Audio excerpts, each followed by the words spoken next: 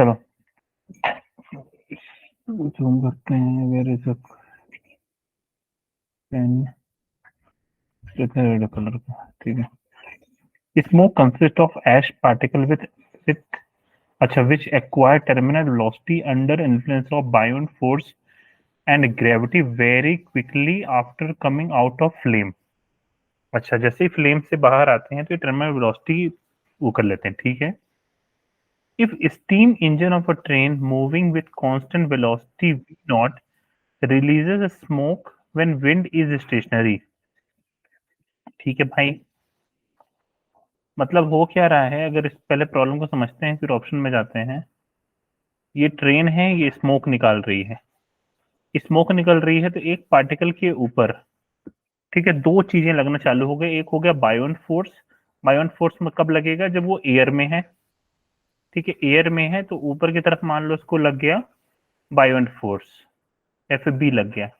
और नीचे की तरफ लग गया ग्रेविटी, ठीक है, एम जी उसका जो भी लग जाएगा। और इसकी वजह से ये क्या करेगी, टर्मिनल वेलोसिटी मिल जाएगी उसको। तो ये हो जाएगा F B minus M G equal to हो जाएगा टर्मिनल जो क्या बोलते हैं यार इसको, एक फोर्स लगता है जिसे बोलते हैं स्टोक लॉ से निकालते हैं ना हम, 6 पाई ईटा आर वी से। Buoyant force. बायोन फोर्स बोलते हैं उसको, ठीक है। Yes sir. ठीक है, चलो देखते हैं, समझते हैं। बायोन फोर्स से उसको बोलते हैं ना, तो एक वो चीज होगा। अच्छा बायोन फोर्स, ठीक है। फिर आगे क्या बोलता है कि ये चीज हो रही है।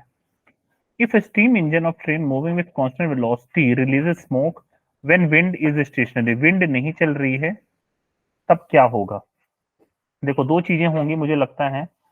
जब ये ऊपर जा रहा होगा तो इसको, देखो mg तो कांस्टेंट रहेगा, बट इनिशियली क्या होगा, इनिशियली बॉयंट फोर्स जो होगा, समझो बॉयंट फोर्स होगा वो होगा कम, इट विल बी लेस।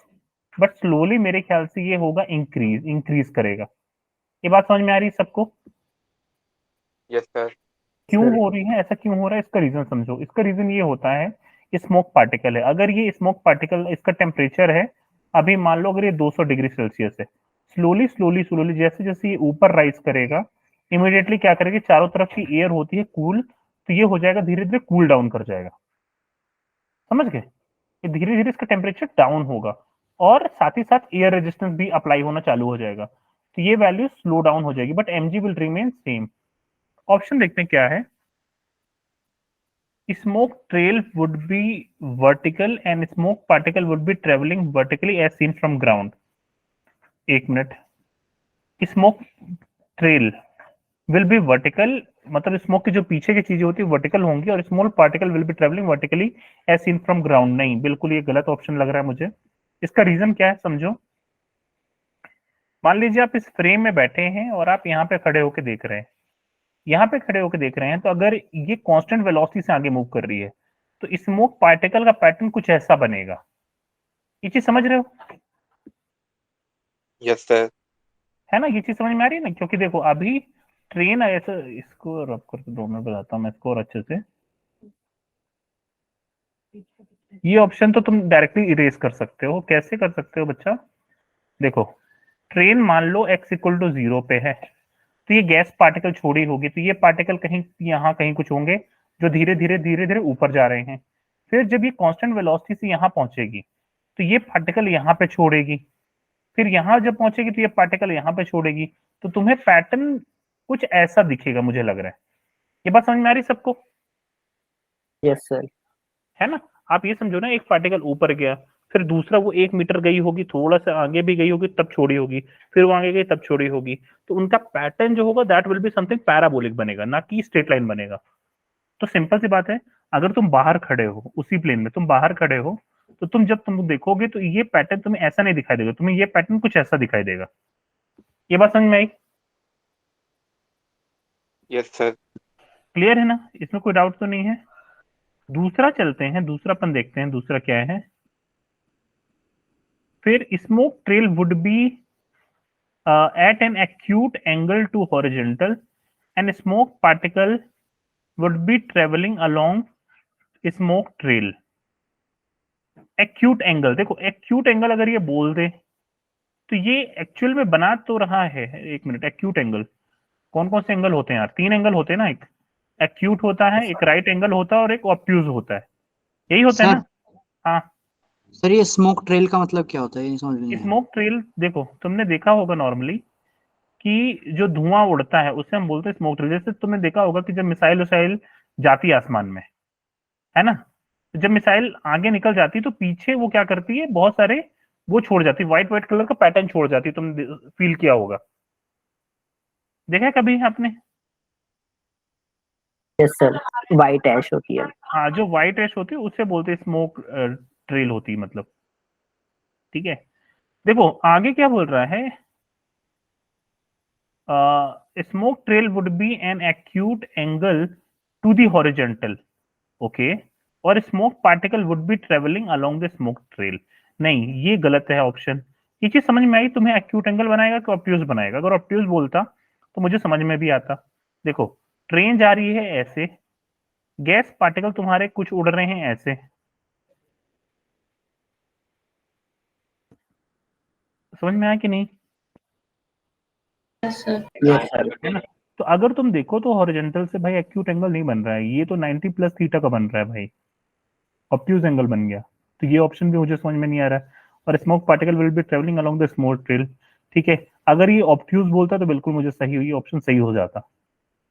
फिर देखो, smoke trail would B vertical but smoke particle would be travelling an acute angle, ये वापस वही गेम खेला, दैट इज रॉन्ग। समझ में आया? सर चौथा देखो, smoke trail would be an acute angle to horizontal but smoke particle would be traveling vertically। देखो, स्मोक पार्टिकल तो सही बात है, वर्टिकली जाएंगे, स्मोक पार्टिकल जो है ऊपर उड़ रहे हैं क्योंकि उनको एक टर्मिनल वेलोसिटी मिल रही है, ठीक है, एक टर्मिनल वेलोसिटी मिल रही है, तो ये वर्टिकली जाएंगे, ऊपर तो जाएंगे, नो डाउट, स्मोक पार्टिकल, ठीक है, but smoke tail would be acute angle to horizontal. ये एक्यूट क्यों होगी यार? It would be an acute angle to horizontal but smoke particle will be traveling vertically।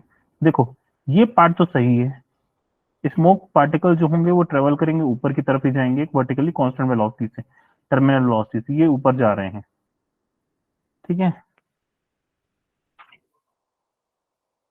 अब हमें ये ढूंढना है कि smoke trail would be at acute angle to horizontal, कैसे बनेगा यार?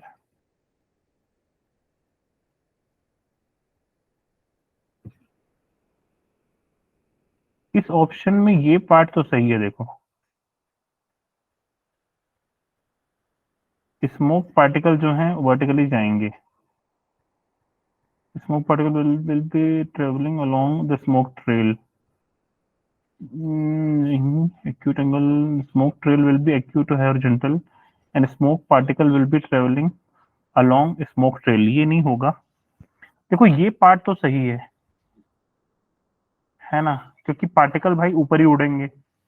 बस इस पार्टिकल, इस चीज में मुझे समझ में नहीं आ रहा है क्यों ऐसा होगा कि it acute angle to horizontal. अगर एंगल इस एंगल की बात कर रहे हैं, यहां से एंगल ले रहा है तो एक्यूट समझ में आता है, बट मेरे ख्याल से यार अगर to the direction of moving train होगा तो दैट शुड बी ऑब्ट्यूज होना चाहिए। सर हाँ, स्मोक पार्टिकल्स ऊपर की तरफ जाएंगे तो स्मोक ट्रेल नीचे की तरफ नहीं बनेगा।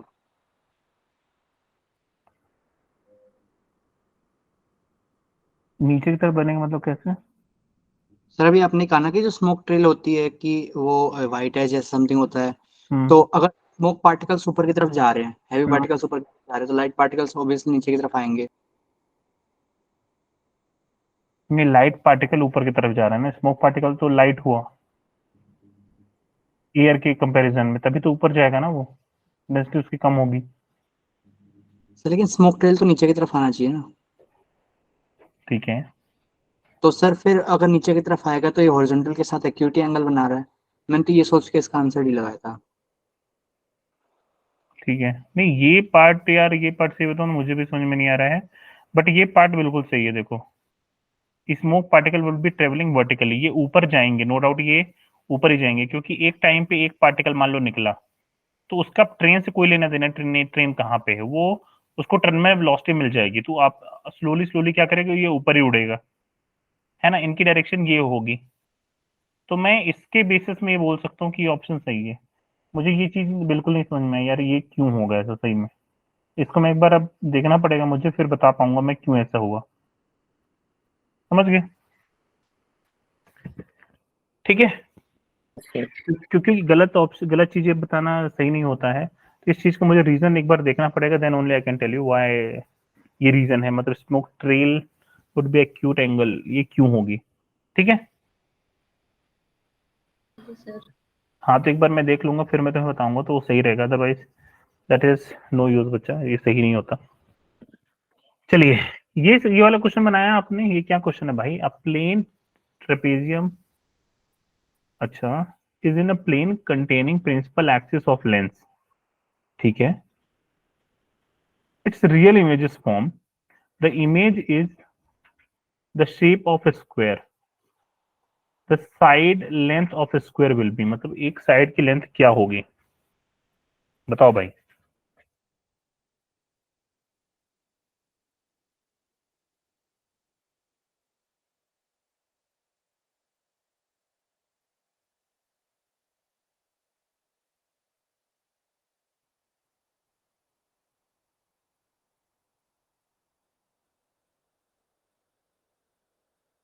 Plane lens, its real image is formed, real image is formed, और क्या बोल रहा है, the image is of shape of square, trapezium है, ठीक है, हाँ तो कोई दिक्कत नहीं होना चाहिए, प्लेन मिरर है, ऐसा है ट्रेपेजियम, ऑब्जेक्ट यहाँ, इसकी इमेज, ठीक है। हाँ भाई बोलो, कैसा बनेगा, क्या करना पड़ेगा हमें। सर कुछ बच्चे वेटिंग लॉबी में, एक बार अंदर कर लीजिए। एक,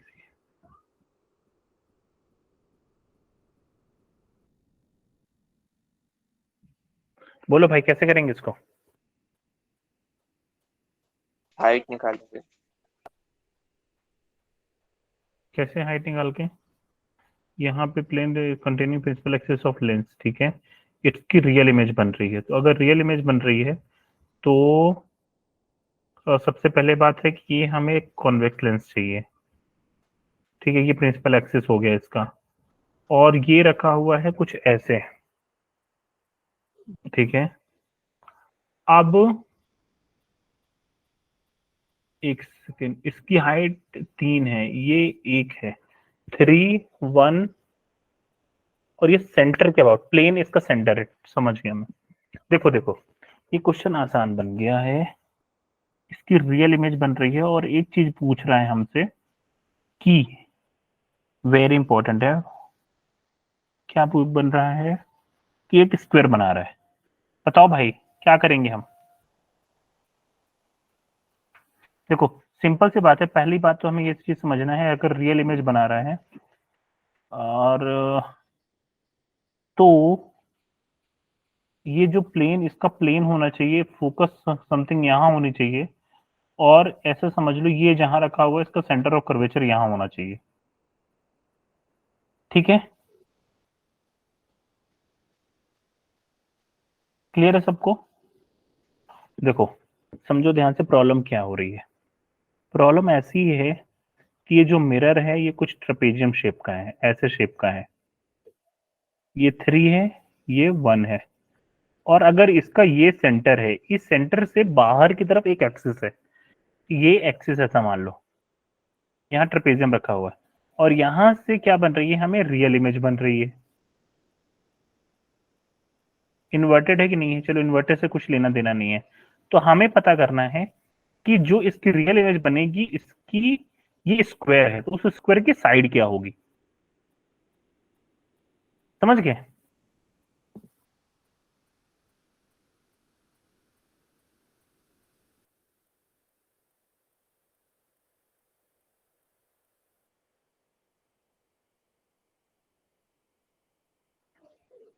तो देखो इसको करते हैं अपन, हमें नहीं पता ये कितने साइड की बनेगी, कौन है बनाएगी।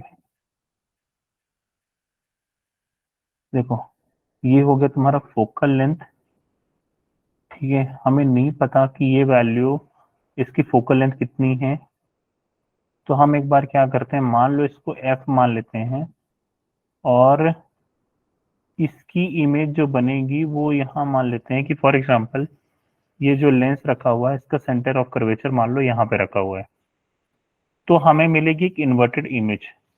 तो हमें अगर ये 1 सेंटीमीटर है तो इसकी हाइट हो गई 1/2।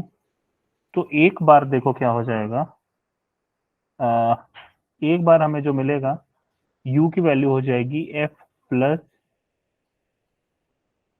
एक मिनट यार, हमें ये भी नहीं पता कि 1 सेंटीमीटर फोकल लेंथ पे है कि नहीं है ना। तो इसको एक काम करते हैं, पहले केस में इसको मानते हैं u। तो पहले केस में u की वैल्यू हो गई तुम्हारी जो भी आने वाली है, u ले लो नेगेटिव में, f की वैल्यू हो गई तुम्हारी प्लस में, प्लस f फर्स्ट केस में, और तुम्हारे जो ऑब्जेक्ट की हाइट हो गई, height of object equal to 1/2। दूसरे केस में क्या करना है, u की वैल्यू लेनी है भाई, u प्लस 2 सेंटीमीटर, f की वैल्यू सेम रहेगी प्लस, और height of object will be equal to how much, it will be कितना हो जाएगी 1.5 विच इज 3/2। अब अगर स्क्वायर बना रही है, समझना ध्यान से, अगर साइड स्क्वायर बना रही है तो हाइट ऑफ इमेज इस केस में और हाइट ऑफ इमेज इस केस में, केस नंबर 1 और केस नंबर 2 में क्या होंगी, ये दोनों बराबर होंगी। ये चीज समझ रहे हो क्या, है ना, ये दोनों चीज बराबर होनी चाहिए। तो v का फॉर्मूला बोलो क्या होता है, 1/v minus 1/u equal to 1/f होता है। फिर हम अपन हाइट ऑफ इमेज ढूंढेंगे। तो सर आपने हाइट ऑफ ऑब्जेक्ट कैसे बताया? देखो ये हमारे सामने प्लेन मिरर रखा हुआ है ट्रेपेजियम शेप में, इसकी एक्सिस जो है प्रिंसिपल एक्सिस से पास हो रही है, ये कुछ ऐसा शेप समझ लो। ये अरे क्या है, ये क्या बन जाता है इसमें, ये ट्रेपेजियम है ऐसा, ऐसा वाला, और ये ऐसा है। ये साइड इसकी है बच्चा 1 और ये साइड है इसकी 3। हमें नहीं पता है इसकी फोकल लेंथ कितनी दूर है और ये कहाँ पे रखा हुआ है, वी डोंट नो दैट। अगर ये बस ये बोल रहा है रियल इमेज बना रहा है, ठीक है, रियल इमेज बना रहा है, कहाँ पे बना रहा है हमें नहीं पता। हम ये मान लेते हैं कि ये फोकस और सेंटर ऑफ कर्वेचर के बीच में बना रहा है, हो सकता है दूर भी बनाए, बट ये रियल इमेज बना रहा है, इसका मतलब पक्की बात है कि ये कॉन्वेक्स लेंस है। अब अगर ये सेंटर ऑफ कर्वेचर और फोकस के बीच में रखोगे तो ये रियल इमेज बड़ी बनती है, और अगर ये तुम्हारा यहाँ होगा सेंटर ऑफ कर्वेचर से दूर होगा तो रियल इमेज तुम्हारी छोटी बनती है। That is what you know that. हमें ये भी नहीं पता v कितना होगा, बस हमें एक इंफॉर्मेशन जरूर है कि भाई जो इमेज बन रही है वो स्क्वायर शेप में बन रही है। अगर स्क्वायर शेप में बन रही है तो जो हाइट ऑफ इमेज पहले केस में होगी, अगर हम इसको माने, ये वाली साइड का अगर हम इमेज निकालें, तो अगर इसकी जो भी हाइट आएगी, 1 आएगी, 2 आएगी, 3 आएगी, वी डोंट नो, जो होगी वही साइड इसकी इमेज की भी हमें क्या मिलेगी, सेम मिलेगी। बात समझ में आई? Yes sir. सर हमने u कैसे लिया है, u प्लस 2 क्यों लिया? u+2 हम इस साइड के लिए ले रहे हैं क्योंकि देखो ये प्रिंसिपल एक्सिस ये से 2 दूरी है, तो मैंने यहां से दूरी u मान ली, तो ये वाली जो साइड होगी दैट विल बी u+2 हो जाएगी। समझ गए? Yes sir. है ना। और एक चीज और सोचो, एक चीज जो और मैं सोच पा रहा हूं, अगर तुम सोच पाओ तो बड़े इसको सबको 2 मिनट देना। एक चीज और अगर तुम सोच पा रहे हो, तो अगर स्क्वायर बन रहा होगा, ठीक है, अगर स्क्वायर बन रहा होगा तो एक कॉमन सेंस से मुझे चीज समझ में आ रही है। क्या समझ में आ रही है तुम खुद देखना, तुम खुद बताना अगर मैं सही बोल रहा हूँ कि नहीं, ठीक है। ध्यान से सोचने के, सोचने वाले गेम है, 3 नंबर देके जाएंगे अगर सोच ले तो। अगर स्क्वायर बन रही होगी तो सिंपल सी बात है, जो बीसी की इमेज बनेगी और बच्चा जो एडी की इमेज बनेगी, ये दोनों बराबर बनेगी। ये चीज समझ में आ रही है? Yes sir.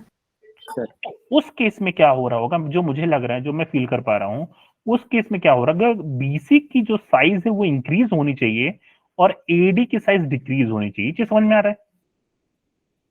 Yes sir. इतना समझ पा रहे हो कि नहीं समझ पा रहे हो? सर आगे। है ना, कि इसकी मुझे जो जो फील हो रहा है, maybe I may wrong also, ये कैलकुलेशन के बाद समझ में आ रहा आएगा। तो एक चीज समझ में आ रही है, जो मुझे देख के समझ में आ रहा है भाई, कि इसकी साइज इंक्रीज होनी चाहिए, क्योंकि ट्रेपेजियम अगर इसकी साइज इंक्रीज करेगी और इसकी साइज डिक्रीज करेगी तभी ये स्क्वायर बना सकते हैं। ये चीज समझ में आई? Yes sir. यस तो एक चीज समझ लो ध्यान से, अगर ऑप्शन से अगर मैं निपटाना चाहूं तो क्या ये ऑप्शन खत्म कर सकता हूं मैं?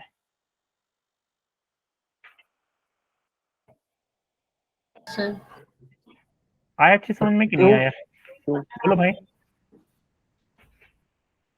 सर कोई रीजन तो होगा या फिर नहीं नहीं, देखो मैं क्या बोल रहा हूं, देखो मैं क्या बोल रहा हूं कि अगर एक केस हो सकता है, मान लो फॉर एग्जांपल, अगर इसकी साइड 1 है और इसकी साइड 3 है बच्चा, लेकिन हमें बोल रहा है कि जो इमेज बन रही है वो इमेज जो है स्क्वायर शेप में बन रही है। ठीक है, अगर सर। स्क्वायर स्क्वायर शेप में बन रही होगी तो सिंपल सी बात है, एक साइड की इमेज क्या कर रही होगी, बढ़ रही होगी, और दूसरे साइड की इमेज क्या होगी, घट रही होगी। Yes sir. सर दोनों में से एक ही चीज हो सकती है ना एक टाइम पे, कौन सी?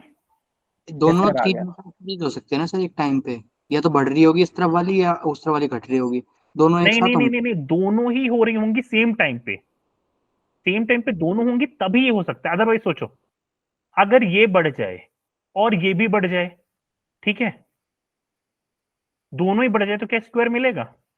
No sir. समझ रहे हो? Yes sir. तुम खुद सोचो यार, मतलब अभी तो मैं क्वेश्चन में आया ही नहीं हूं, बस अपन अभी कॉमन सेंस से गेम खेल रहे हैं और कुछ नहीं। तो ये एक घट रही होगी और एक मुझे लग रहा है बढ़ रही होगी, उसी केस में ऐसा हो सकता है। क्लियर है?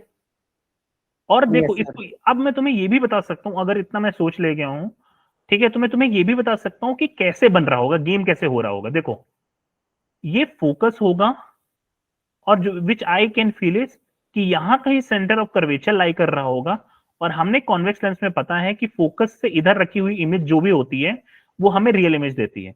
लेकिन एक चीज तुमने पढ़ा है कि अगर ये फोकस और सेंटर ऑफ कर्वेचर के बीच में बनती है, ऑब्जेक्ट होता है, तो इसकी इमेज थोड़ा सा बड़ी होती है। ये चीज समझ रहे हो? Yes sir. यस है ना? सर। तो ये अगर ये फोकस F2 है और ये सेंटर नंबर 2 है, तो भाई इसकी इमेज थोड़ी सी बड़ी होगी, और ये वाला जो ऑब्जेक्ट है, ये इसकी जो हाइट ये है, तो इसकी इमेज जो होगी फाइनली जाके यहाँ पे क्या होगी, ये डिक्रीज कर जाएगी, ऐसे कुछ बन जाएगी। ये चीज समझ में आई? सर ये तो अंदर बनेगा ना, एडी कौन साइड सा? वो अंदर बनेगी ना, कौन सी? जो एडी साइड है वो तो अंदर बनेगी ना और बीसी बाहर बनेगी।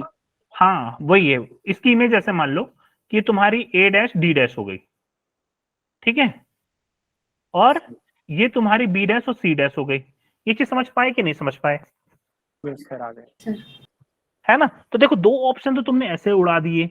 अब बाकी का गेम तुम्हें खुद खेलना है भाई, ठीक है, बाकी का गेम मुझे खुद नहीं पता कैसे करेंगे, बट हम क्वेश्चन से कुछ ना कुछ कर सकते हैं। क्या कर सकते हैं? एक चीज मुझे पता चल गई है कि जो हाइट ऑफ दिस इमेज है, हाइट ऑफ नंबर 2 इमेज है, ये दोनों बराबर है। ये बात समझ में आ गई? Yes sir. ठीक है, फोकल लेंथ सेम है, तो अगर मैं इसको u मान लेता हूं, तो ये जो दूसरी वाली डिस्टेंस हो जाएगी वो हो जाएगी बेटा u+2। क्लियर है? अब तुम क्या करो, इन दोनों की हाइट निकालना है बस। अब निकाल लेते हैं, पूरा गेम हो जाएगा। देखो, तो मैं लिखता हूं 1/v, मुझे नहीं पता v कहां बनेगा, हमें बिल्कुल भी आइडिया नहीं है। तो 1/v minus 1/u equal to 1/f, ये पहली इक्वेशन बन गई। और इसी से अगर मैग्निफिकेशन निकालना हुआ, तो मैग्निफिकेशन कितना होता है? मैग्निफिकेशन होता है height of image upon height of object equal to, अब हाइट ऑफ इमेज हम देखते हैं मैग्निफिकेशन कितना हो जाएगा। तो ये होता है तुम्हारा, क्या होता है यार, v/u होता है ना, v/u होता है ना उसके लिए। तो अभी हम देखते हैं पहले वाले के लिए, जो कि है बीसी के लिए। तो बीसी के लिए इक्वेशन कन्वर्ट करके बताओ तो क्या बनेगी जल्दी से। ये देखो, ये हो जाएगी 1 minus v/u equal to v/f, which is nothing but 1 plus v/f। ये इक्वेशन इसकी बन गई। ठीक है, तो ये हो गई 1 प्लस वी अपॉन एफ। आगे अपन देख लेंगे जो भी होगा, मुझे नहीं पता आगे क्या गेम होगा, बट हाइट ऑफ इमेज जो हो गई ये वैल्यू मेरे ख्याल से हो गई कितनी, 1 plus V upon F divided by original value which is 1/2। Same कहानी, हमें नहीं पता ये वी दूसरा वाला वी डैश कहां बनेगा या कि यू कहां बनेगा, हमें नहीं पता, but we will see it, हमें उसको पता करेंगे। दूसरे केस में देखो क्या हो जाएगा, 1 अपॉन वी, या कि बाद में वी डैश को अपन रिप्लेस भी कर सकते हैं, 1 upon V dash minus 1 upon U plus 2 equal to 1 upon F. Clear है, ये चीज समझ में आई यहां से, ये सही चीज बात। समझ में आ गया ना? ठीक है, और इसका मैग्निफिकेशन हो जाएगा बेटा H I upon H O which is nothing but V upon U plus 2।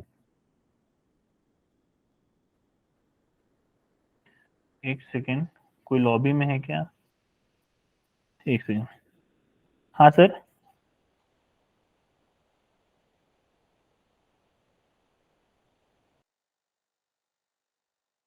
बोलो भाई, ये चीज समझ में आ रही कि नहीं आ रही? हेलो, सही बात। आ रही ना भाई यहाँ तक, है ना? बताते चलना है ना। फिर वही गेम खेलना है भाई, height of this image will be nothing but V dash upon U plus 2 times height of object, और इस केस में हो जाएगी ये 1.5। तुम्हें ये इस इक्वेशन को और इस इक्वेशन को भाई शॉर्ट टेस्ट करना है, शॉर्ट आउट करना है, शॉर्ट आउट कर लोगे आंसर आ जाएगा, और कुछ नहीं। क्लियर है? ये 1/2 इधर क्यों आया? नहीं, ये 1/2 इधर मल्टीप्लाई होना चाहिए था, 1/2।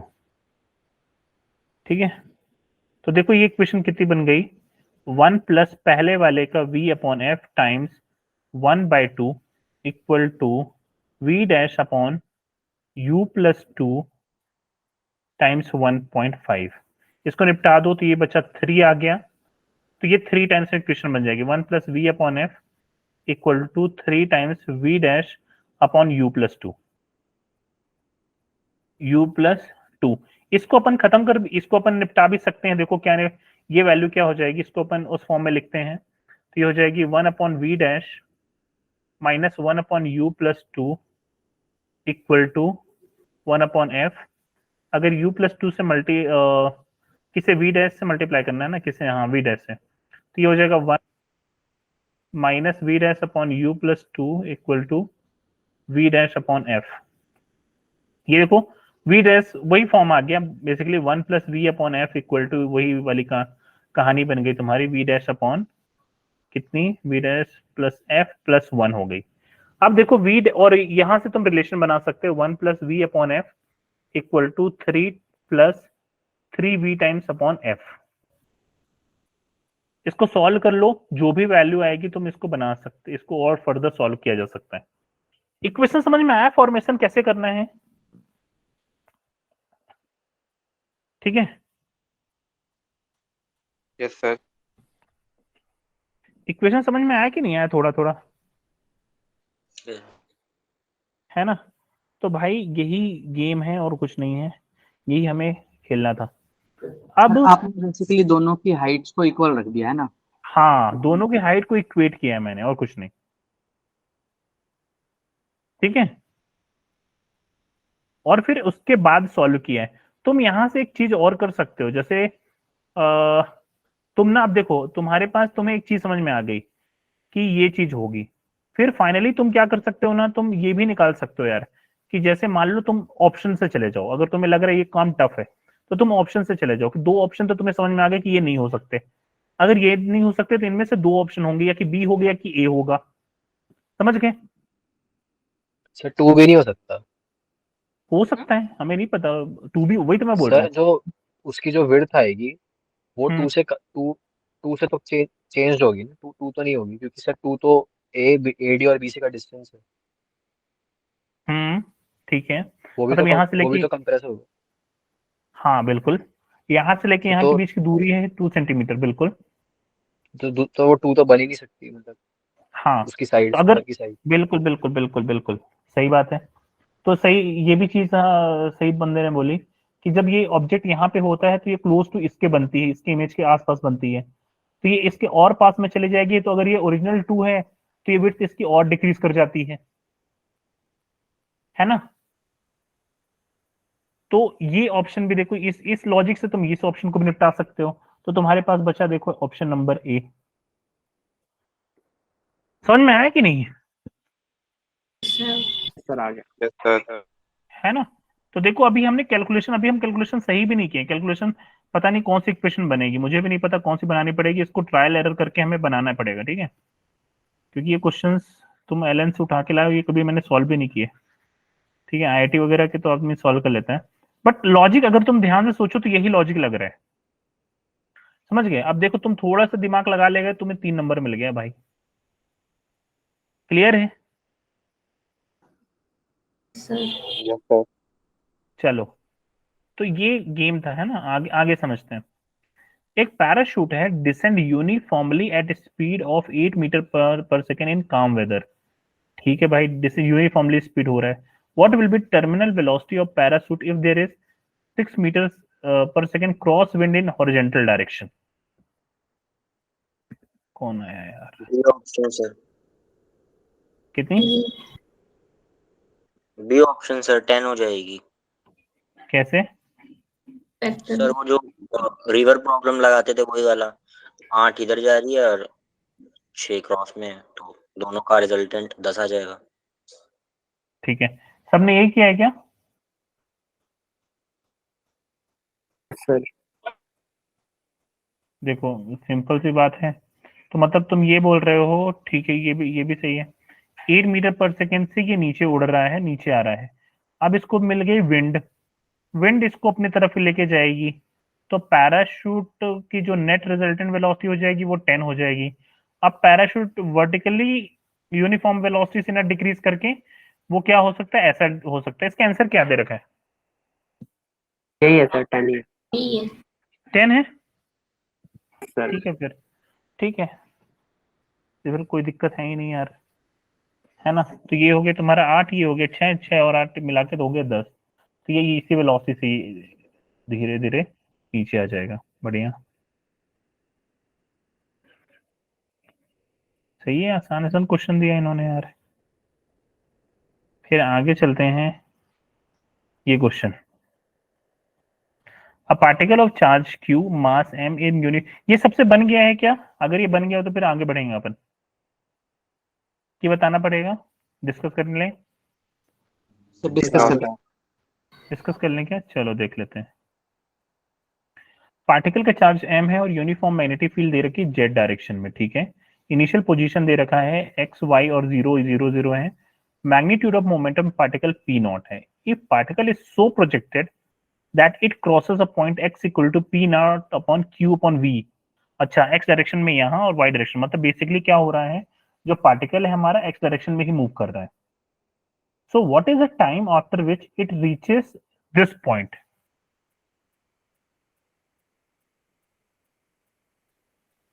अच्छा, हमें ये पता करना है इस टाइम पे कब पहुंचा है वो।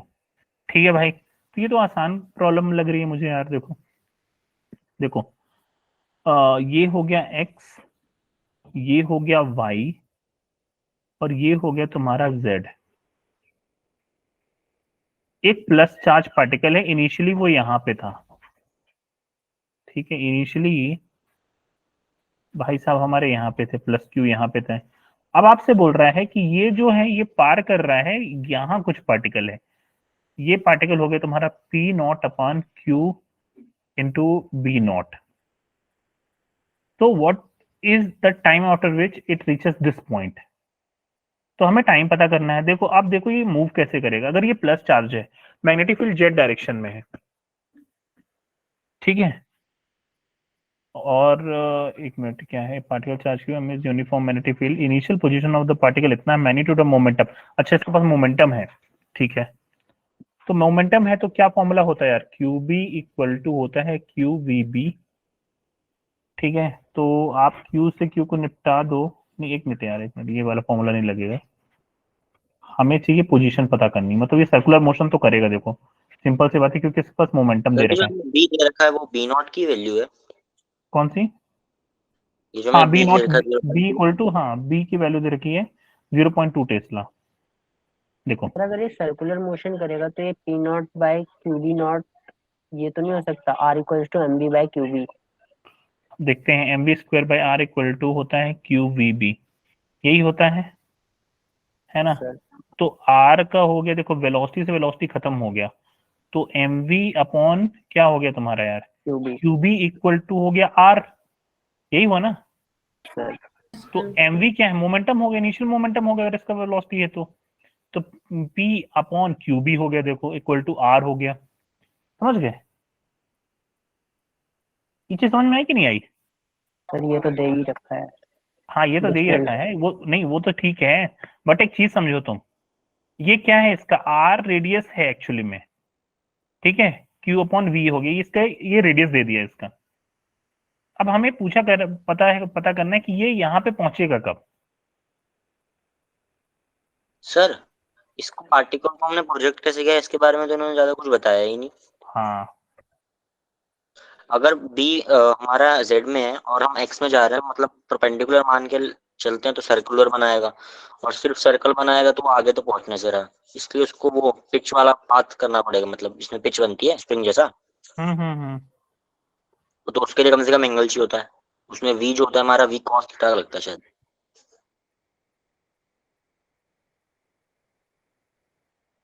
बी इक्वल टू 0.2 दे रखा है यार, ठीक है। अब इसमें इनिशियल मोमेंटम की डायरेक्शन नहीं दे रखी है ना, the magnitude momentum of particle, the particle is so projected that it crosses a point, what is the time after which it reaches this point, SI unit और सर बी की इसमें value. वो given है कहाँ cross कर रहा है, तो सर काफी है, मेरा 20 है ऐसे शायद इसमें। हम्म, पिच वाला फॉर्मूला लगा रहे हो क्या? सर एक पिच नहीं सर। टाइम वाला। हाँ सर, अगर X, sir X Z plane में ही होगा ना, हम्म, एक्स वाई प्लेन में ही होगा जो भी होगा, तो जेड एक्सिस पे मूव नहीं करेगा, तो सर्कल ही बन रहा है।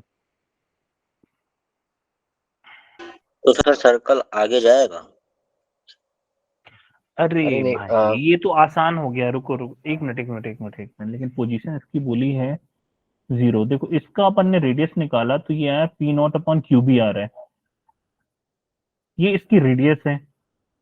तो एक्चुअल में अगर इसको हमने जेड नहीं, अगर इसको हमने जेड की डायरेक्शन में वेलोसिटी दी होती तब ये ऐसे सर्कुलर मोशन, नहीं जेड की डायरेक्शन में नहीं, कैसे होता है, क्यू बी हुआ ना अगर वो परपेंडिकुलर। सर अगर परपेंडिकुलर। एक्स एक्स हाँ वाई बोलिए। प्लेन में थोड़ा सा एंगल पे जैसे प्रोजेक्टाइल बनता है वैसे, तब जाके क्रॉस करेगा उसको। हम्म, क्योंकि सिंपल तो सी जो बात है यार। सर्कल कंप्लीट हाँ जो देखो। सर्कल कंप्लीट होगा ना, हम्म।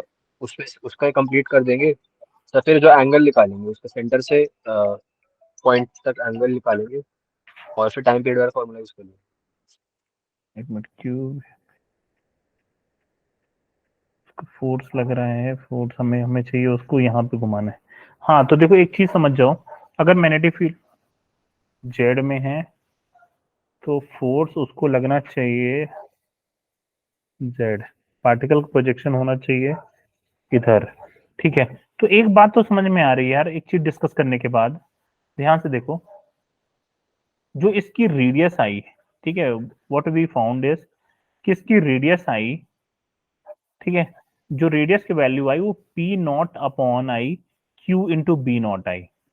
इसका मतलब है कि अगर हम क्या करते, मैग्नेटिक फील्ड के परपेंडिकुलर वेलोसिटी देते तब वो रेडियस बनाती, बट एक्चुअल में प्रॉब्लम में आपसे क्या बोला है कि अगर ये रेडियस बनाती, सुनो, अगर ये रेडियस बनाती तो अगर हम यहां से प्रोजेक्ट कर रहे होते तो रेडियस बनाते उसको यहां से निकलना था, मतलब ये लगभग इसका कोऑर्डिनेट अगर हमें ये देता 2p0 upon Q into B naught देता तो हमें समझ में आता कि हाँ भाई इसका पार्टिकल की जो वेलोसिटी होगी वो इधर होगी, तो हम डायरेक्टली टाइम यूज कर सकते हैं।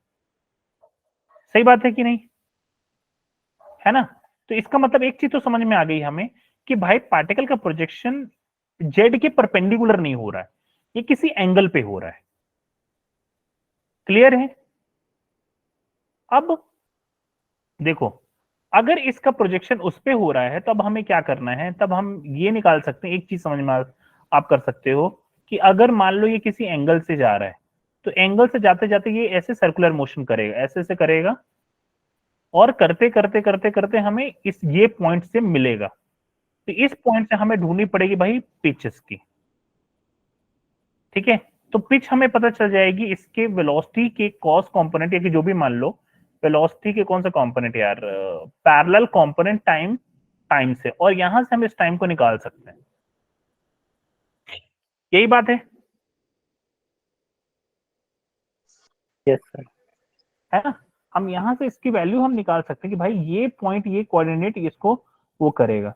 अब देखो पिच कितनी हो गई, अगर ये देखा जाए तो ये वैल्यू जो दे रखी है this is a pitch actually, सही बात है। जो एक्स की वैल्यू दे रखी है, हाँ बोलो। ये n टाइम्स पिच होनी चाहिए या फिर ऐसे कुछ मान सकते हैं? हाँ मतलब एक मिनट, पिच एक टाइम पीरियड के बाद कितने सर्कुलर टाइम हो सकती है, हाँ एन के बाद बोल सकते हो, या कि बोल सकते हो कि टी टाइम में जितना भी इसने डिस्टेंस ट्रेवल किया, यस सर।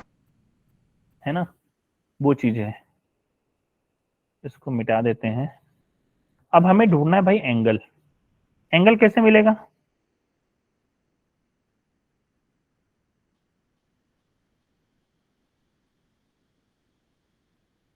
एक सेकेंड देखना है, सोचने दो इसको, अपन कैसे कर सकते हैं।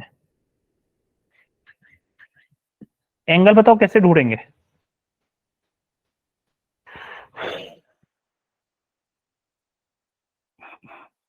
एक चीज पता है, एक चीज हम कर सकते हैं कि ये जो टाइम लगा ये एंगुलर वेलोसिटी, मतलब कितने बार ये चक्कर लगा चुका होगा, ठीक है।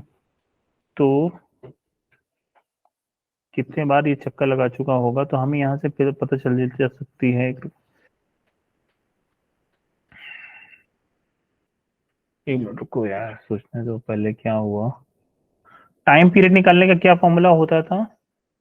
टोटल डिस्टेंस 2πr/वेलोसिटी, यही होता था ना, 2πr इंटू वेलोसिटी, और वेलोसिटी के ये लेते थे हम परपेंडिकुलर कंपोनेंट, और पिच निकालने का भी यही है, v का पैरेलल कंपोनेंट टाइम्स t करते थे। तो यहां से हमें दो कंपोनेंट ढूंढ सकते हैं, क्योंकि टाइम, ये टाइम जो होगा that will be equal this time equal to p upon इसका वर्टिकल कंपोनेंट, और यहां से t निकालें तो ये वैल्यू और ये वैल्यू होनी चाहिए बराबर।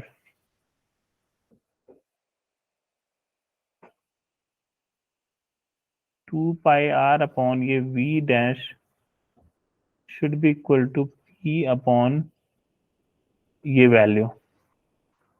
अब 2π/v ये क्या है? फ्रीक्वेंसी।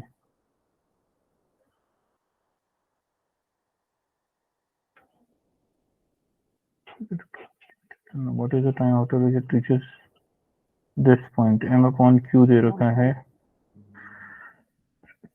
सर हम इसमें डायरेक्ट वो वाला टाइम पीरियड का फॉर्मूला क्यों नहीं लगा रहे, 2πm/qb करके? कौन सा 2πm/?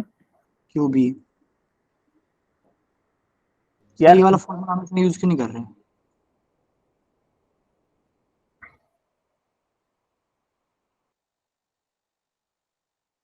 क्यों यूज नहीं कर रहे हैं ये तुम पूछ रहे हो ना? यस सर, लेकिन सर इससे आंसर अलग आ रहा है, फिर मैं पूछ रहा हूँ ये यूज क्यों नहीं कर रहे हम? ये देखो, ये तब हम यूज करते हैं जब ये प्रॉपर ये सर्कुलर मोशन हो रही हो, मतलब अपने उस एक्सिस के अबाउट हो रही हो, मैग्नेटिक फील्ड की परपेंडिकुलर अगर हम उसको वेलोसिटी दें तब ये हो। बट ये एक्चुअल में ऐसा हो ही नहीं रहा, ये पिच बनाते हुए उस पॉइंट पे पहुंच रही है। हमें ढूंढना है एंगल जहां से ये हमारा काम कर दे।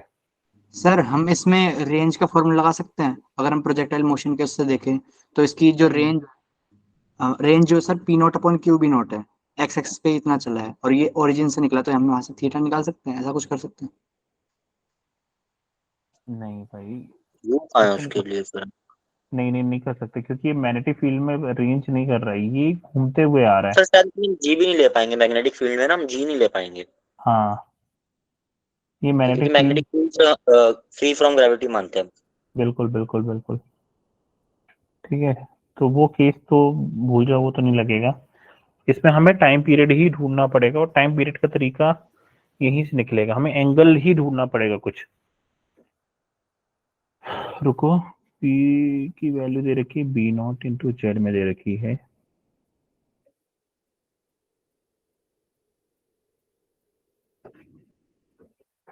अगर ये ऐसे जा रहा है, जेड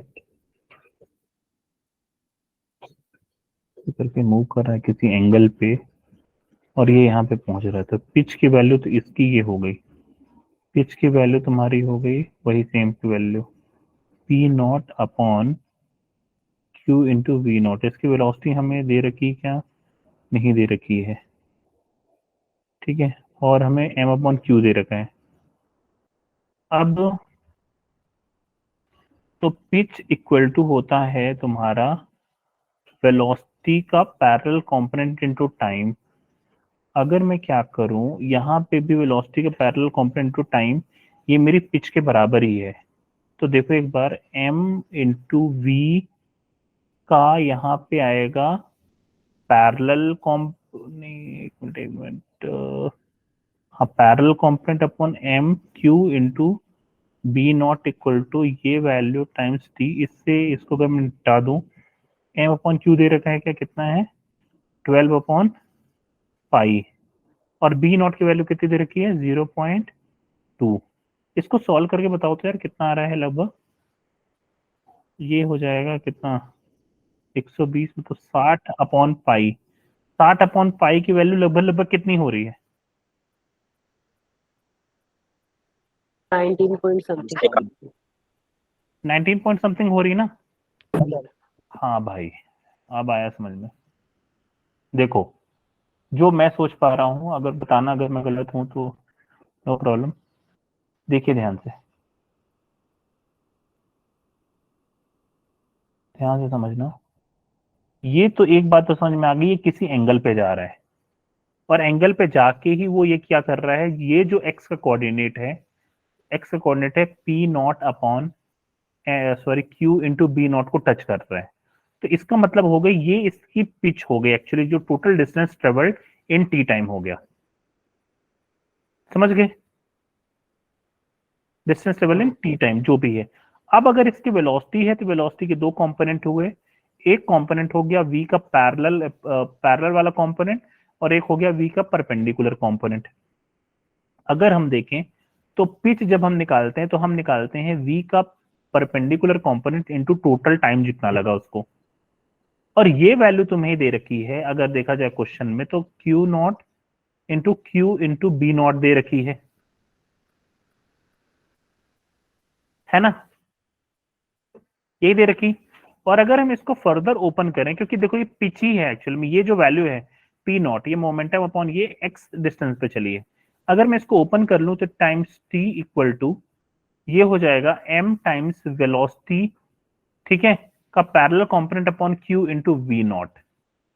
मोमेंटम को अगर ओपन कर लें तो v नॉट से v नॉट ये वैल्यू खत्म हो गई, तो ये वैल्यू आई m upon q. m upon q तुम्हें दे रखा है कितना 12 upon pi, upon b naught की वैल्यू दे रखी है 0.2, और इसको तुम सॉल्व करते हो तो ये लगभग 19 पॉइंट क्लोज टू 19 आ रहा है, तो देयरफॉर ये आंसर हो जाएगा 20।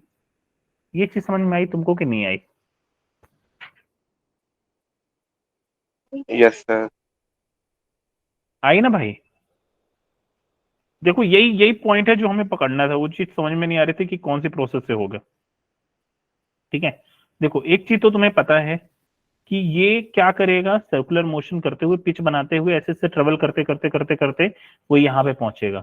तो ये जो टोटल डिस्टेंस जो ट्रेवल किया उसने, total distance travel equal to velocity का ये भी जो भी ये कंपोनेंट बनाएगा, ये कंपोनेंट टाइम्स टोटल टाइम जो लगा, तो ये हो गया इसका टोटल टाइम। अब ये वैल्यू अगर इसके बराबर है तो इसका कोऑर्डिनेट दे रखा है p not upon Q into B naught, इसको तुम बराबर कर दो और वेलोसिटी को निपटा दो, तो एम अपॉन क्यू की वैल्यू लगभग लगभग इतनी आ जाएगी। पीछे समझ में आई कि नहीं आई सबको? सर मैंने भी यही आंसर निकाला, लेकिन मैंने v equal u plus a t से निकाल दिया। v equal to u plus a t? अरे भाई यस सर। तो उसमें फोर्स कहाँ लग रहा है? सर इसमें यूनिफॉर्म मैग्नेटिक फील्ड बोला है, तो इसका मतलब एक्सेलरेशन कांस्टेंट हो, तो हम वो इक्वेशन यूज तो कर सकते हैं ना। और F इक्वल क्यू भी था, तो वहां से एक्सेलरेशन की वैल्यू पाई बाय 60v आ गई। तो इनिशियल वेलोसिटी 0 ले ली हमने, और v से v कैंसिल हो गया, तो 60 अपॉन पाई आ गया टाइम पीरियड, और फिर यही आंसर आ रहा था मेरा भी। अच्छा अच्छा ये भाई, पिच बट वाला सर मेरे दिमाग में नहीं आया। किसमें? बीच पूरा आ रहा था तुम्हारा? पिच वाला आइडिया मेरे दिमाग में नहीं आया सर, मैंने v इक्वल यू प्लस 80 से कर दिया कांस्टेंट एक्सेलरेशन मान के। ये तुम्हारा आंसर अगर 20 आ गया तब तो सही है, बट एक्चुअली अगर उसमें तुम, ये पार्टिकल क्या होता है ना कि सर्कुलर मोशन कर रहा होता है, और सर्कुलर मोशन कर रहा होता है तो उसमें हमें यू वाला इक्वेशन नहीं लगाई जाती है, हम उसमें लगाते हैं omega final equal to omega initial plus alpha into t, क्योंकि सर्कुलर मोशन, इसको सर्कुलर एक्सेलरेशन ढूंढनी पड़ेगी, समझ गए? क्योंकि ये किसी सेंटर के अबाउट ये सर्कुलर मोशन कर रहा है, अगर उसके अंदर फोर्स भी लग रहा है। और एक चीज और है कि ये जो फोर्स है, याद रखना, ये जो तुम ए लगा रहे हो ना, याद रखना ए जो लगा रहे हो दैट इज एक्सेलरेशन, ठीक है? यहाँ पे जब इसका मैग्नीट्यूड जो हो, इसका मैग्नीट्यूड चेंज होने चाहिए, बट अगर तुम देखोगे यहाँ पे मैग्नीट्यूड नहीं चेंज होता, ये वन डायरेक्शन या टू डायरेक्शन के लिए ही लगाते हैं इसको, समझ गए? तो ये तुम्हारा, सर्कुलर मोशन पे भी हो रहा है। तो सर्कुलर मोशन में हो रहा है तो अच्छी बात है, but I yes don't sir. Feel कि सर सारे, हमारी लीनियर के लिए है ना? क्या बोल रहे हो, वो लीनियर के लिए होता है भाई, हाँ, और ये प्लेन के लिए है तो नहीं लग सकते। बिल्कुल समझ गए ये कहानी, ठीक है? तो हमें इसमें कंपोनेंट वोम्पोनेंट भी नहीं ढूंढना पड़ा, बट ये थिंकिंग ढूंढना, ये सही बात है, कैसे होगा। क्वेश्चन नंबर 5,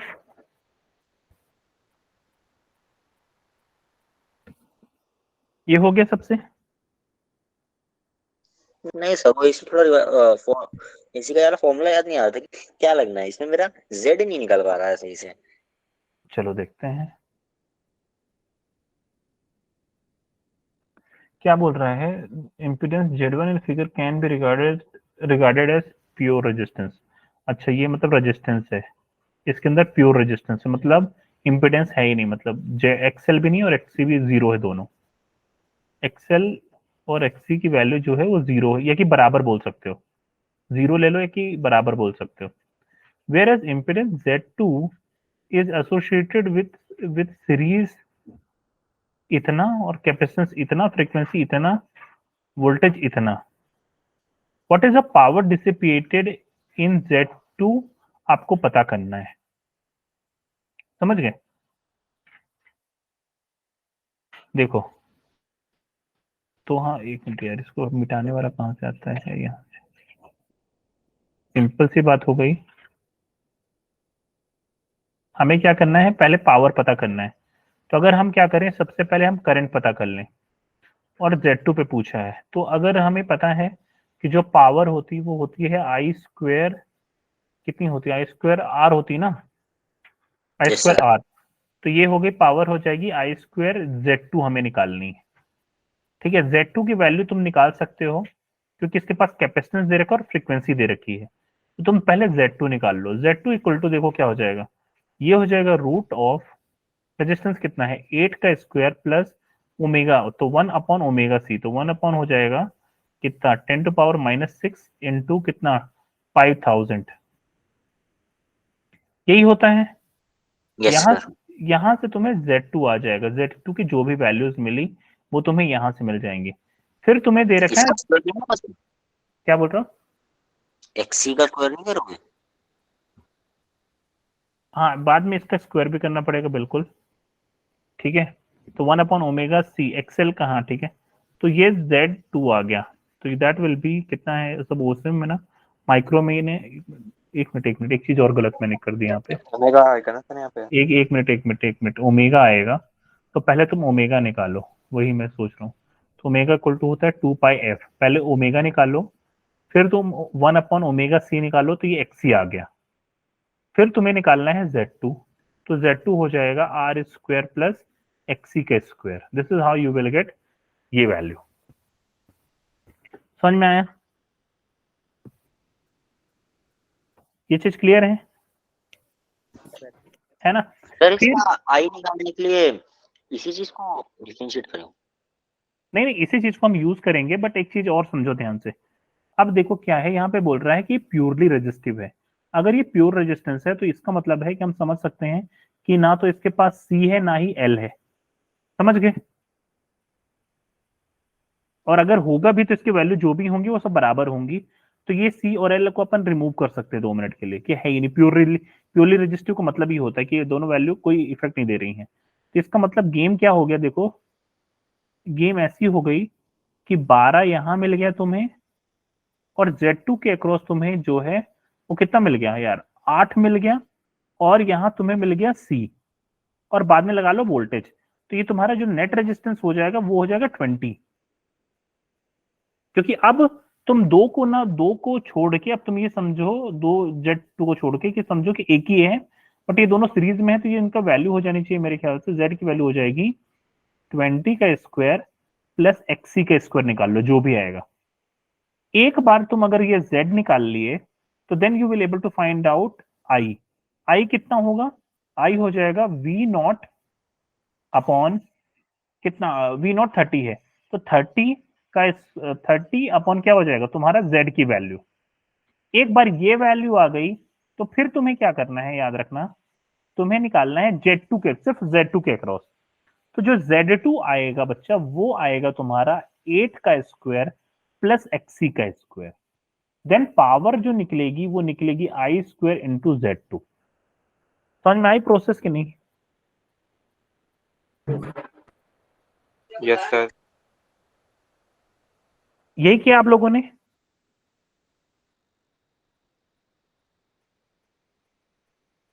बोलो भाई। यही किया था, ये यही तो देखो करना है। देखो सिंपल सा क्वेश्चन हो गया, क्वेश्चन समझने में थोड़ा टाइम लगता है बट इजी है। देखो क्या बोल रहा है, पहले में सिर्फ रेजिस्टेंस है, मतलब कैपेसिटेंस और वो दे ही नहीं रखा है, दे नहीं रखा है, तो ये 12 सिर्फ 12 ओम का रेजिस्टेंस हो गया, और ये जो Z2 के अक्रॉस जो भी इंपीडेंस निकाला है ये 8, और इसके पास एक कैपेसिटर हो गया, इसको टोटल निकाल के ये Z2 बोल रहा है। तो अगर हमें नेट सीरीज में पता करना है, नेट अगर सीरीज में देखिए करंट किसकी वजह से दौड़ेगी, तो हमारे पास दो सीरीज में ये हो गए, रजिस्टर हो गए, तो हमने इसको ऐड करके 20 कर दिया, प्लस XC के स्क्वायर किया, तो हमने नेट इंपीडेंस पता चल गई। क्यों? क्योंकि करंट इसकी वजह से दौड़ेगी। फिर हमने करंट ढूंढ लिया, करंट हो जाएगा तुम्हारा 30 अपॉन ये वाला इंपीडेंस। लेकिन क्वेश्चन में तुमसे पूछा है पावर बताओ Z2 के अक्रॉस, तो अगर तुम्हें सिर्फ Z2 के अक्रॉस पता करनी है तो तुम्हें फिर से Z2 की इंपीडेंस पता करनी पड़ेगी, है ना? तो सिर्फ Z2 का लेंगे हम, तो ये हो जाएगा 8 स्क्वायर प्लस XC के square, and then you will able to find out the power output in the circuit. समझ में आया नहीं आया?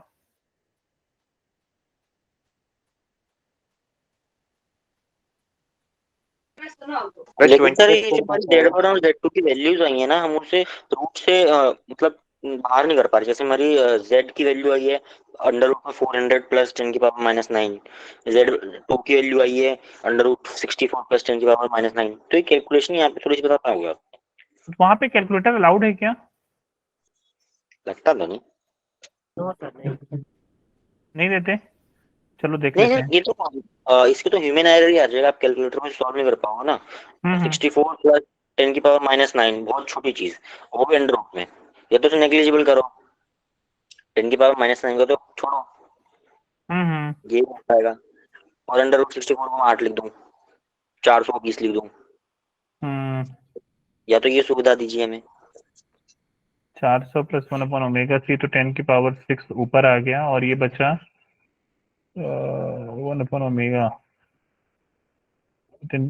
ओमेगा सी हो गया, तो ये हो गया 2 पाई इंटू 5000, 5 से हो गया 10,000, तो 1 2 3 4, तो ये बचेगा 100 अपॉन पाई का होल स्क्वायर। तो ये Z हो गया देखो 400 प्लस 100 अपॉन पाई का होल स्क्वायर, और पाई का होल स्क्वायर इन्होंने वैल्यू दे रखी है। तो देखो ये जो 400 plus 100 into 100 divided by pi square हो गया 10, 10 से 10 खत्म हो गया, ये आया 1000।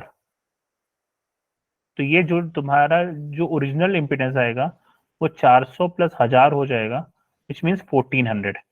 1400 क्लोज टू वैल्यू कितनी होगी लगभग लगभग वो देखेंगे आगे चल के, ठीक है, वो अपन डिसाइड कर लेंगे। फिर आगे देखते हैं करंट की वैल्यू। तो करंट की वैल्यू जो मैक्सिमम करंट की वैल्यू हो जाएगी वो हो जाएगी V0 अपॉन ये value which is root of 1400। देखो बहुत सारे गेम तो ऐसे ही हो गया, देखो 1400 हो गया, फिर और V0 तुम्हें दे रखा है 30 अपॉन रूट ऑफ कितना 1400। आगे चलते हैं, फिर हम देखते हैं Z2 की वैल्यू निकालना। तो Z2 की वैल्यू निकल जाएगी कितना, 8 का स्क्वायर प्लस अगेन वही कितना 10⁶ डिवाइडेड बाय 2/f, वही हो जाएगा, मतलब सेम सेम कहानी हो जाएगी, 1000 आ जाएगा। तो Z2 की वैल्यू हो जाएगी 64 प्लस 1000, और मेरे ख्याल से 1064 किसी की रूट की वैल्यू होती है। कोई रूट होता है क्या, याद है तुम लोग को? 512, हाँ मुझे याद है। 256 टाइम्स 4 कर दो अगर, हाँ 256 टाइम्स 4 कर दो तो ये वैल्यू होती है। और 256 का रूट होता है 16. अरे यार 1064 किसका रूट हो जाएगा? 1024 होता है, 2 की पावर 10। नहीं, 556, 612 और 612 32. 1024 कितना, 10 टू पावर कितना बोलो, 10? 2 की पावर 10। अच्छा 2 की पावर 10। तो मान लेते हैं मोटा माटी अगर इससे बाहर निकालें 2 की पावर 5 तक, 32। या कि आगे देखेंगे इसको अपन कितना ला सकते हैं। ठीक है, तो अब देखो पावर आउटपुट कितनी हो जाएगी। तो पावर आउटपुट हो जाएगी तुम्हारी आई स्क्वायर, तो which is 300 into 300 divided by root से हटा दो तो ये 1400 मल्टीप्लाई, बस ये बचेगा 1064। इसको तुम सॉल्व कर लो, तुम्हारा सही आंसर आ जाएगा जितना जितना आना होगा। तो ये तुम्हारा बचा 9/14 टाइम्स 1064 का रूट। ठीक है, ये वैल्यू जो होगी, देखो ये वैल्यू होगी 1 से छोटी, और 1064 अगर तुम बोल रहे हो तो लगभग लगभग ये 1024 होता 32 है ना? ये किसका रूट होता है? 32 ये 32 का रूट है क्या? Yes sir. ये नहीं सर, 1024। ठीक है, तो अगर ये 32 का रूट है तो ये 9/14 टाइम्स 32 आ जाएगा। सर ये 32 का रूट नहीं है, 1024 32 का रूट होता है। 1032 ना, 24 तो क्लोज टू मैं बोल रहा हूँ, क्लोज बोल रहा हूँ, सुनो ध्यान अच्छा, से, क्लोज के लिए। क्लोज के लिए। तो ये 9 इंटू 32 डिवाइडेड बाई 14। अब तुम आंसर ढूंढो, क्या आंसर है ऑप्शंस में, अब तुम देख सकते हो किसके आसपास वैल्यू पहुंच रही है। 9/14 इंटू 32 किसके आसपास है? लगभग लगभग ये हो गया 16, ये हो गया 7, 16 9 जा होता है 144 डिवाइडेड बाय 7, 7 2 जा, ये 20 के आसपास वैल्यू आ रही है भाई। 2.5. 2.5 कैसे आ गई?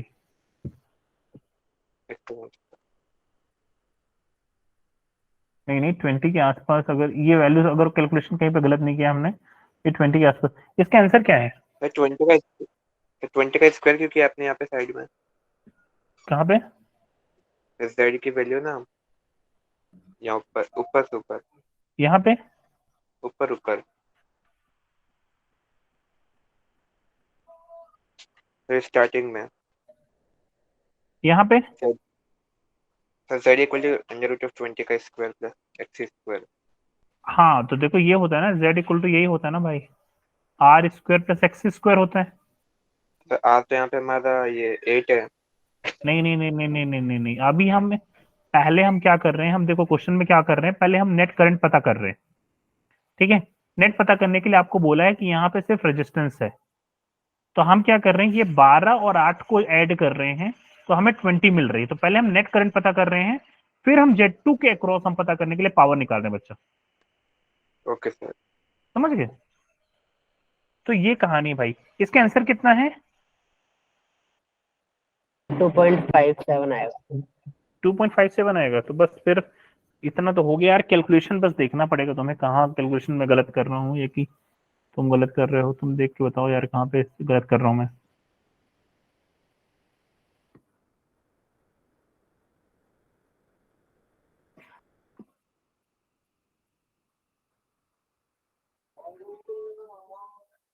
कैलकुलेशन ही है, प्रोसेस तो यही है मुझे लग रहा है। If I am not, process समझ में आई कि नहीं आई सबको? Yes sir. एक बार कैलकुलेटर से करके देखो, तो एक बार कैलकुलेटर से करो, क्योंकि अगर सब सही है तो आंसर सही आना चाहिए यार। कैलकुलेटर अगर आपके पास है तो कैलकुलेटर यूज करिए और give me the right answer जल्दी से।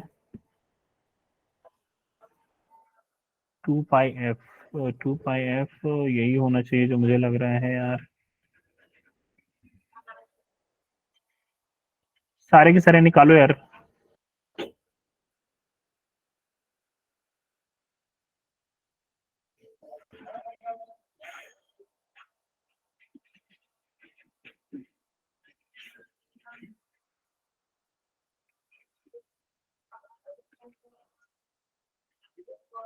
एक घंटा बाकी है, 10 मिनट।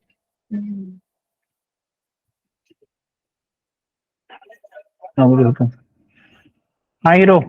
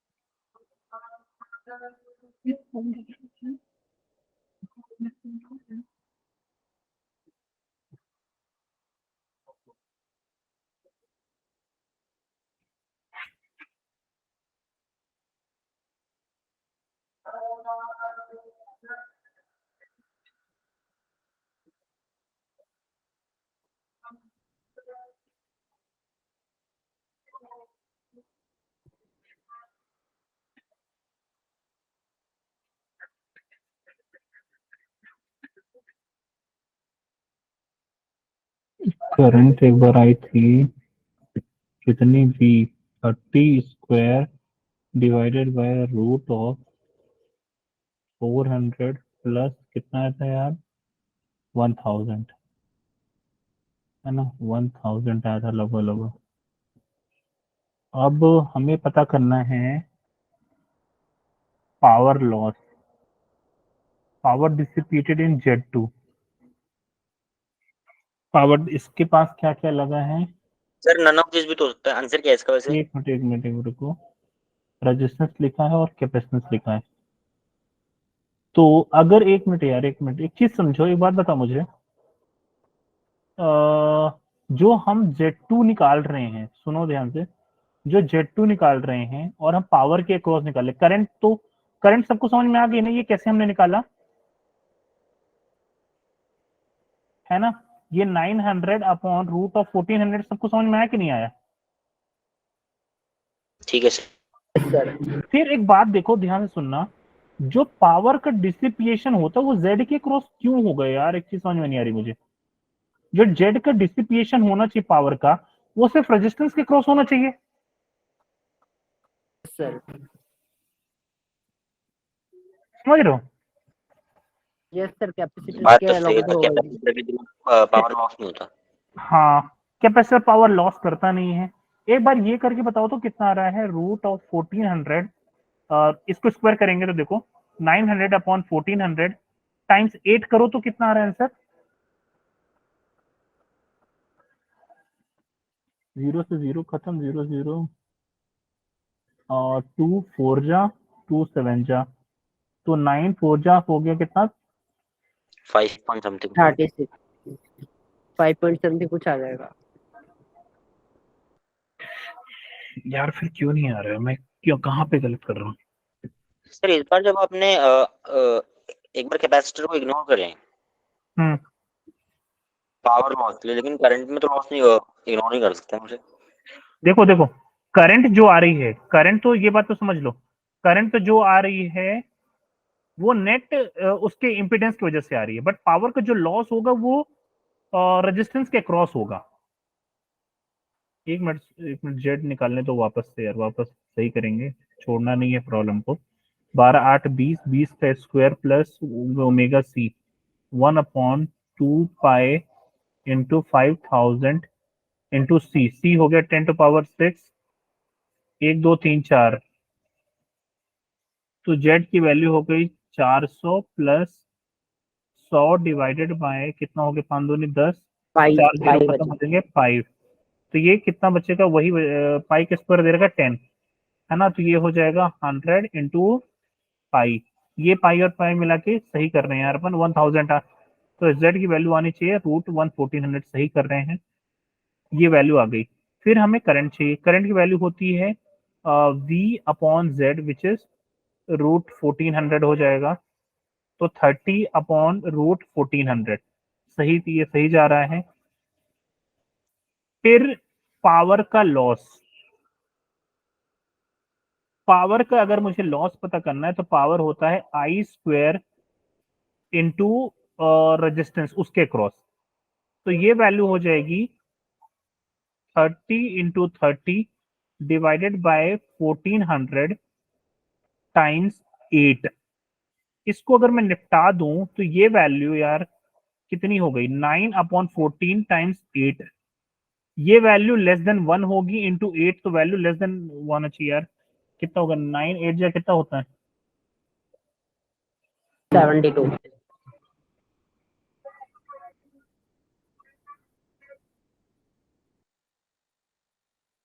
आंसर क्यों नहीं आ रहा भाई? 8.5 9 72/14, ये क्यों हो रहा है इतना? प्रोसेस तो ऑप्शन में क्या है, नन ऑफ दिस भी तो है हमारे पास। प्रोसेस तो सही कर रहा हूँ यार मैं, देखो कहाँ पे मिस कर रहा हूँ, कौन सा पॉइंट मिस हो रहा है मेरे से। एक एक मिनट एक मिनट एक मिनट एक मिनट एक मिनट, एक चीज और मैं मिस कर रहा हूँ, जो V0 है, ये V0 जो है शायद ये मैक्सिमम वोल्टेज है, हमें सर चाहिए ये RMS। RMS अरे भाई, √2 और करना पड़ेगा हमें। अरे जनाब यही तो यार, देखो ये हो जाएगा V0/√2, जब हम इसको स्क्वायर करेंगे तो ये वैल्यू भाई V0/√2, क्या यार कहाँ पे सुबह स्क्रोल चालू हो जाता है यहाँ पे, तो भाई ये वैल्यू होनी चाहिए, देखो 30/30/√2 का मतलब आएगा 2 × 1400 × 8। अब करो तो आंसर कितना आ रहा है? √1400 होगा, 1400 का तो रूट रहेगा ही। हाँ वो चीज हटा दी हमने, तो 0 से 0 खत्म, 0 0 खत्म, 9 × 8 डिवाइडेड बाय 2 × 14, कितना आ रहा है देखो, तो इसको 2 से खत्म किया, इसको तो आया 4, 9 4 जा 36 डिवाइडेड बाय 14, कितना आ रहा है देखो, आ रहा है कि 2.57, आ तो गया यार।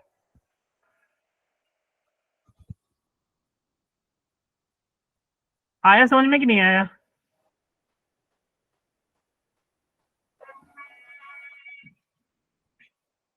हाँ भाई, क्या रह गया था सर इसमें हमारा, √2 से डिवाइड करना बस। हाँ क्योंकि हमने V0 ले लिया था, V0 की वैल्यू 30 ले ली थी, करंट जो हमें लेनी चाहिए थी उसमें आती है VRMS, हम लिया जाता है, समझ गए? तो वोल्टेज जो हमें लेना है वो VRMS को लेना है, तो V0/√2 करके देखो, तो 30/√2 ये वैल्यू हमें वोल्टेज की लेनी है। सर हाँ वो तो इसमें ऑप्शन नहीं दे रखा 5, नहीं तो सब 5 ही करके आते हैं। क्या बोल रहे हो? इसमें ऑप्शन नहीं दे रखा 5, तो सेफ गेम हो गया, अदरवाइज तो 5 ही आंसर करके आते हैं। हाँ वही वही वही बात है, वही वही वही है ना, तो सही है, वो चीज हमें देखना है कि अच्छी बात है 5 नहीं दे रखा यार, वरना तुम्हारा निपट जाता मामला। ठीक है, ये चीज समझ में आई ना, हमने ये चीज क्यों ली हमने, यस सर, है ना, सर याद वो रख तो लेना पता है, भाई। बस भूल गए। हाँ ये वही, मुझे भी ये कॉन्सेप्ट पढ़ा है बहुत दिन हो गया एक्चुअली, जेई मेंस तुम्हारा निकले काफी टाइम हो गया, ठीक है, तो मैंने भी, मुझे भी दिमाग में नहीं आ रहा था क्यों कहाँ पे गलत हो रहा है। तो ये प्रोसेस है भाई, इस क्वेश्चन को सॉल्व करने के लिए हम पावर में हमेशा VRMS लेते हैं। ठीक है, आगे चलते हैं, अब ये क्वेश्चन भी देखो क्या है। 4 स्टूडेंट हैं, राम श्याम घनश्याम और Radhe Shyam, perform an optical bench experiment to find focal length of convex lens. अच्छा, फोकल लेंथ पता कर रहे हैं। Ram forms image of distance luminous object on a small screen mounted on optical bench. ठीक है, मतलब ऑब्जेक्ट डिस्टेंस हो गई, उसको पता नहीं है, लेंस 15 ये हो गया। Other 3 student perform usual optical bench experiment, their position of object, needle, lens, image object are given below, which of the student is most accurate in his result?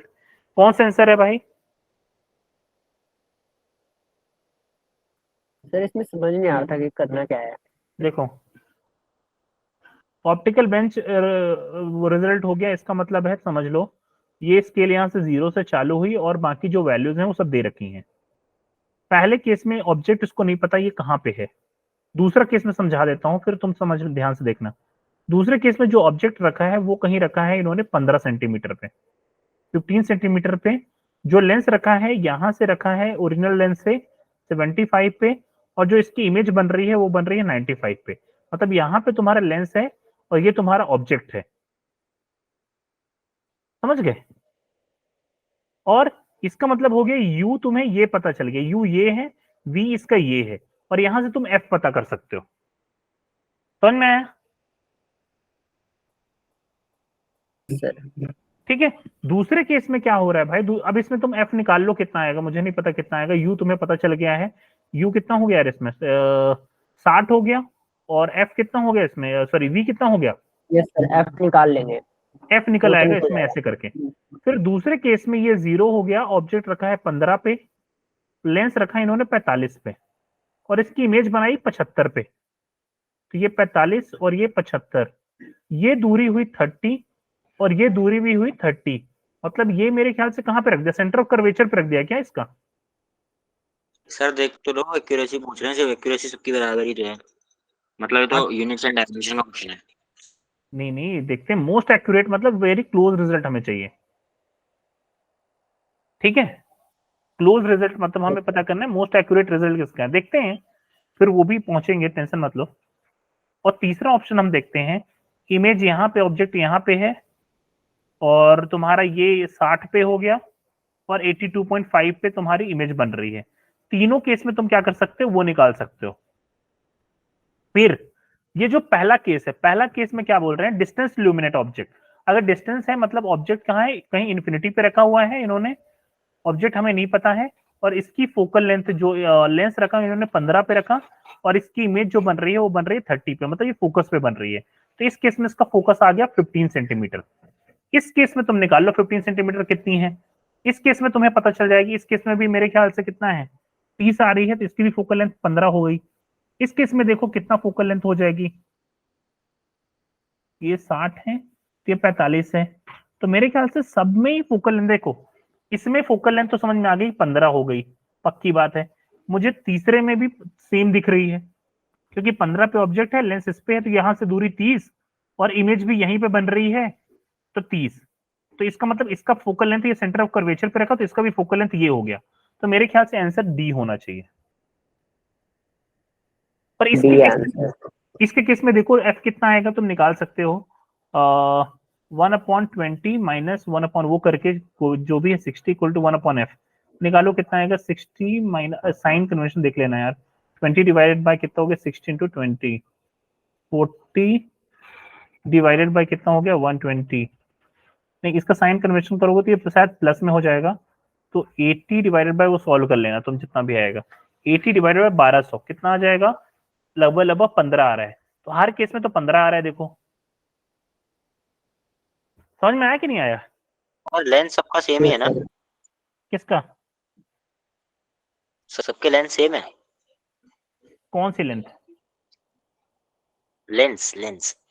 हाँ लेंस सेम है, lens same है, बस उन्होंने focal length पता कर रहे हैं वो लोग, और उसका पूछ रहे किसका एक्यूरेट है। तो हमें क्या है, रीडिंग दे रखी है, अलग अलग पॉइंट पे रखो और आंसर ले लो, और क्या है। समझ में आया कि नहीं आया ये सर प्रॉब्लम इसमें का? आंसर बी बी दे रखा है, घनश्याम की। अभी घनश्याम को क्या हुआ भाई, आंसर क्या है? बी बी दे रखा है। क्यों दे रखा है, कुछ नहीं रहना दे सकता हमें?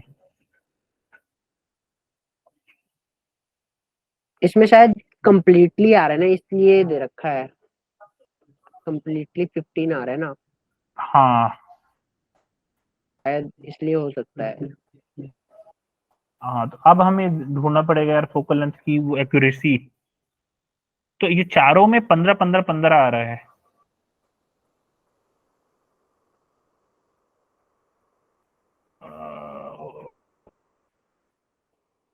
ठीक है। एक बात तो समझ में आ गई, चारों की फोकल लेंथ 15 है। अब किसी की 15.2 भी हो सकती है, 15 वो भी हो सकती है, देखते हैं किसकी एक्यूरेट होगी, मोस्ट एक्यूरेट किसकी होगी। 1/f equal to 1/u minus 1/v। अगर एक्यूरेसी पता करनी है इसके अंदर, सर ये राम वाले ऑब्जेक्ट की जगह लिखा क्यों नहीं कुछ? ये बोला डिस्टेंट ऑब्जेक्ट, डिस्टेंट जब बोल दे ल्यूमिनस ऑब्जेक्ट मतलब बहुत दूर कोई ऑब्जेक्ट रखा हुआ है, इन्फिनिटी। तो ये इन्फिनिटी हो गया एक्चुअली, इसीलिए तो 15 हम निकाल पा रहे थे ना। फिर हमें चाहिए इसके अंदर, अब हमें एक्यूरेसी ढूंढनी, एरर ढूंढनी है। तो किसके रिस्पेक्ट में कर दें differentiation?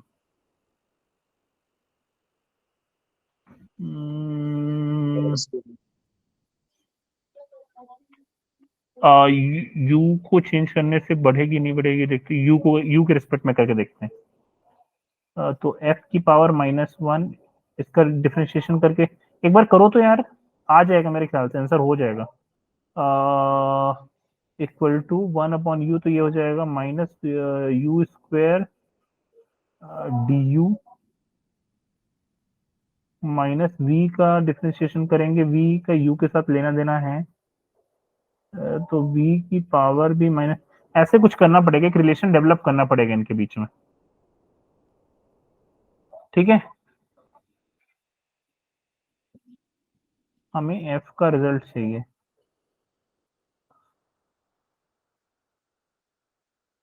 v minus 1/u, change in v,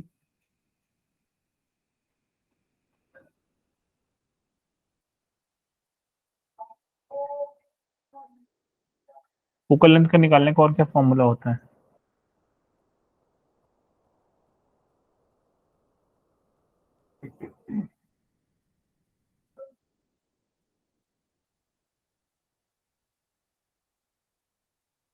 देखो अगर हम u चेंज करें, नहीं यार, फोकल लेंथ तो सेम होती है, अगर हम इसको डिफरेंशिएट करेंगे तो u और v चेंज होते हैं, f चेंज नहीं होता, तो कांस्टेंट हो जाएगा, तो ये वैल्यू हो जाएगी 0। क्यों भाई क्यों? चलो इसको मैं देखता हूँ यार, है ना, इसको आज क्वेश्चन पेपर में खुद बैठ के बनाता हूँ, तो फिर मैं इसको अच्छे से कर पाऊंगा, फिर अपन इसको कल डिस्कस करते हैं, ठीक है। Okay sir. बट ये तुम्हें बता दिया मैंने, फोकल लेंथ इसकी है 15 सम में, है ना। अब हमें इसकी एक्यूरेसी ढूंढनी है, तो हमें चेंज इन एफ ढूंढना है भाई। चेंज इन एफ ढूंढना है तो किसके रिस्पेक्ट में डिफरेंशिएट किया जाए जिसकी वजह से हमें ये चीज मिल जाए, हमें कुछ change in F sir minimum जिसका होगा वही मोस्ट एक्यूरेट होगा। हाँ ठीक है, जिसका मिनिमम होगा वही मोस्ट एक्यूरेट होने वाला है। एक मिनट यार, एक मिनट, ये चीज तुमने सही बोली यार तुम। अगर ये मिनिमम होगा तो ये फंक्शन बनाने की कोशिश करो, पता है कौन सा, इसको बनाओ सेकंड ऑर्डर डिफरेंशिएशन इक्वेशन। और तुम्हें पढ़ा होगा सेकंड ऑर्डर डिफरेंशिएशन में जिसकी वैल्यू भी जो जिसके रिस्पेक्ट में अगर ये 0 आ गई तो वहां से हम मैक्सिमा एक मिनिमा ढूंढ सकते हैं। याद आया कुछ? यस। हाँ देखो देखो देखो देखो देखो देखो, कर सकते हैं यार, कर सकते हैं, इट्स इजी नाउ, सही सोचा। देखो इसको समझते हैं, मान लो 1/f को डिफरेंशिएट करते हैं, क्योंकि ये चेंज हो रहा है नो डाउट, तो ये हो जाएगा, मान लो इसके रिस्पेक्ट में करें तो ये हो जाएगा f की पावर -1, और ये हो जाएगा f की पावर 2 माइनस में df/du। u को अगर हम डिफरेंशिएट करते हैं u की पावर -1 में, तो ये वैल्यू हो जाएगी -1/u², u के रिस्पेक्ट में ही कर रहे हैं तो सेम रह जाएगी, प्लस माइनस में v की पावर -1 को हो जाएगा ये प्लस में, ये आ जाएगा v² dv बाय du। ये वैल्यू हो गई इतनी। फिर आगे हमें क्या ये करना है? कैसे? क्या बोल वन रहे हो? बाई वी का डिफरेंस सर, ये आपने 1/v का डिफरेंशिएशन किया है। हाँ u के रिस्पेक्ट में, सॉरी ये यार, ये मैंने u लिख दिया, गलत लिख दिया, ये इधर आना चाहिए, सॉरी, -1/v। सर v तो v की नजरों में कांस्टेंट हुआ ना। किसमें? v u की नजरों में कांस्टेंट हुआ, तो उसके हिसाब से डिफरेंशिएशन तो 0 हुआ। नहीं नहीं नहीं नहीं, देखो u के साथ हम चेंज हो रहे हैं ना, देखो जैसे हम u बदल रहे हैं तो क्या v भी तो चेंज हो रहा है ना। सर एफ तो कांस्टेंट होगा ना। हाँ वही चीज है, बट हमें एक्यूरेसी ढूंढनी है, तो हम इसको कांस्टेंट नहीं बोल सकते, एफ भी चेंज हो रहा होगा। Yes sir. समझ रहे हो, एफ भी चेंज हो रहा है, उसी की तो एक्यूरेसी के लिए हम परेशान हो रहे हैं। तो ये देखो मेरे ख्याल से 1/v² dv बाई du, और ये हो जाएगा -1/u², ये पहला फंक्शन बनेगा।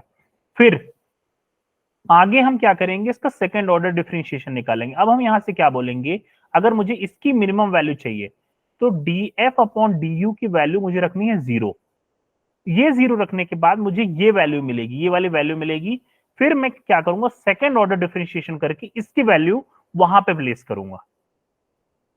समझ में आया। और जहां पे ये चेंज मिनिमम होगा वहां से आप कर सकते हो, एक बार ट्राई करना, नहीं बनेगा तो फिर मैं कल ट्राई करके बताता हूं मैं। क्लियर है। Yes sir. ठीक है, टाइम वेस्ट तो करने कोई मतलब नहीं है, इसको एक बार मैं क्वेश्चन पेपर में खुद बना लेता हूँ, फिर then it will be easy. But यही कॉन्सेप्ट लगने वाला है और कुछ नहीं, क्योंकि मिनिमम ढूंढना है, मिनिमम ढूंढना है तो फंक्शन को सेकंड ऑर्डर डिफरेंशिएशन करो और उसमें फर्स्ट ऑर्डर की जो वैल्यू आई है उसको रखना है। ठीक है ठीक है ठीक है, सर। ठीक है, चलो देखते हैं।